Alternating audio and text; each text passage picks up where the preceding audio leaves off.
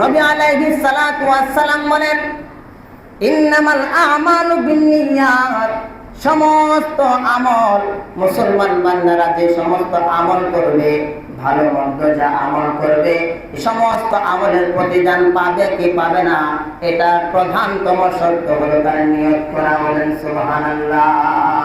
নবী আলাইহিস সালাতু ওয়াস সালাম বলেন, ইন্নামাল আমালু বিন্নিয়াত, সমস্ত কাজ নিয়তের উপর নির্ভর করে।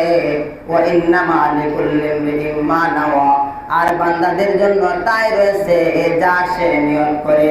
ফামান কানাত হিজরাতুহু ইলাল্লাহি ওয়া রাসূলিহি ফাহিজরাতুহু ইলাল্লাহি ওয়া রাসূলিহি। সুতরাং যে মুমিন, যে বান্দা হিজরত করবে আল্লাহ এবং আল্লাহর রাসূলের জন্য, তার হিজরতটা একমাত্র আল্লাহ এবং আল্লাহর রাসূলের জন্য পরিগণিত হবে। বলেন সুবহানাল্লাহ। শুধু তাই নয়, ওয়া মান কানাত হিজরাতুহু ইলা দুনিয়া ইউসিবুহা আও ইমরাআতিন ইয়ানকিহুহা ফাহিজরাতুহু ইলা মা হাজারা ইলাইহি। আর যদি কোনো বান্দা, যদি কোনো মুসলমান পার্থিব কামাইয়ের জন্য, দুনিয়া কামাইয়ের জন্য, অথবা কোনো নারীকে বিবাহ করার জন্য হিজরত করে, তাহলে সে সেটাই পাবে যা সে নিয়ত করেছে। ঠিক কি না? যেমন নবীজি সাল্লাল্লাহু আলাইহি সাল্লাম বলতেছেন, ইন্নামাল আমালু বিন্নিয়াত, সমস্ত আমল কিসের উপর নির্ভর করে? সমস্ত আমল নিয়তের উপর নির্ভর করে। আমি আমার যে কাজগুলো করতেছি, আমি কোন উদ্দেশ্যে করতেছি? আমি নামাজ পড়তেছি, নামাজ কোন উদ্দেশ্যে করতেছি? আমি রোজা রাখতেছি, আমি রোজা কোন উদ্দেশ্যে করতেছি? আমি হজ করতেছি, আমি হজ কোন উদ্দেশ্যে করতেছি? আমি যাকাত আদায় করতেছি, আমি যাকাত কোন উদ্দেশ্যে করতেছি? এই সবগুলি আমার আমল, প্রতিদান এবং সবগুলি সওয়াবের কারণ হবে তখন যখন আমার নিয়ত সঠিক হবে। আমার নিয়ত কি হবে? সঠিক হবে।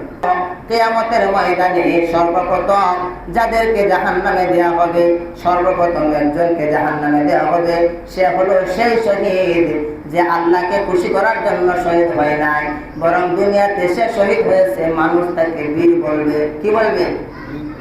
হযরত আবু হুরায়রা রাদিয়াল্লাহু তাআলা আনহু বলবেন, এ দুনিয়ার মানুষ, কাল কিয়ামতের ময়দানে আল্লাহ জাল্লা শানুহু ওই বান্দাকে হাজির করবেন যে কি করেছেন, আল্লাহর রাস্তায় শহীদ হয়েছে।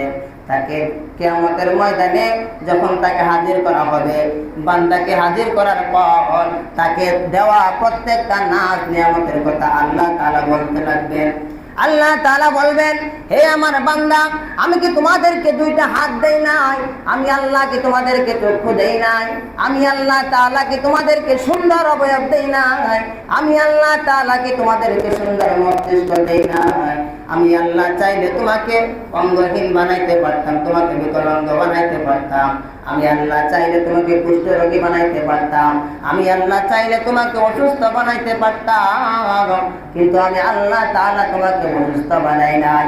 আমি আল্লাহ তাআলা তোমাকে রোগী বানাই নাই। আমি আল্লাহ তাআলা চাইলে তোমাকে হাসপাতালের বেডের মধ্যে শোয়া দিতে পারতাম, কিন্তু আমি আল্লাহ তাআলা তোমাদেরকে শোয়াই নাই। তুমি আমার জন্য দুনিয়ায় থাকা অবস্থায় কি করলা? এবার সেই শহীদ ডাক দিয়ে বলবে, ওগো আল্লাহ, দুনিয়ায় যখন আমি ছিলাম, কাফের মুশরিকদের সাথে আমি জিহাদ করেছি, যুদ্ধ করেছি ইসলামকে সমুন্নত করার জন্য, ইসলামকে প্রকৃতভাবে পালন করার জন্য, দ্বীনকে সুন্দরভাবে আদায় করার জন্য।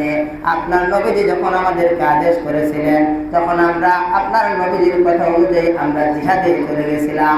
জিহাদ করতে করতে করতে করতে আমি আমার জীবনটাকে মিটাইয়া দিয়েছি একমাত্র জান্নাত পাওয়ার আশায়। একমাত্র আমি আল্লাহ তাআলাকে আপনাকে কিভাবে পাবো, সেই জন্য আল্লাহ তাআলা বলবেন, ও বান্দা, তুমি তো এই জন্য শহীদ হও নাই, বরং তুমি শহীদ হয়েছ, দুনিয়ার মানুষ তোমাকে বীর বলবে। বলেন নাউযুবিল্লাহ। এবার আল্লাহ পাক রব্বুল আলামিন ডাক দিয়ে বলবেন, ও আমার ফেরেশতারা রে, আমার এই বান্দা আমার সাথে মিথ্যা বলতেছে, আমার এই বান্দা আমার সাথে মিথ্যা বলতেছে।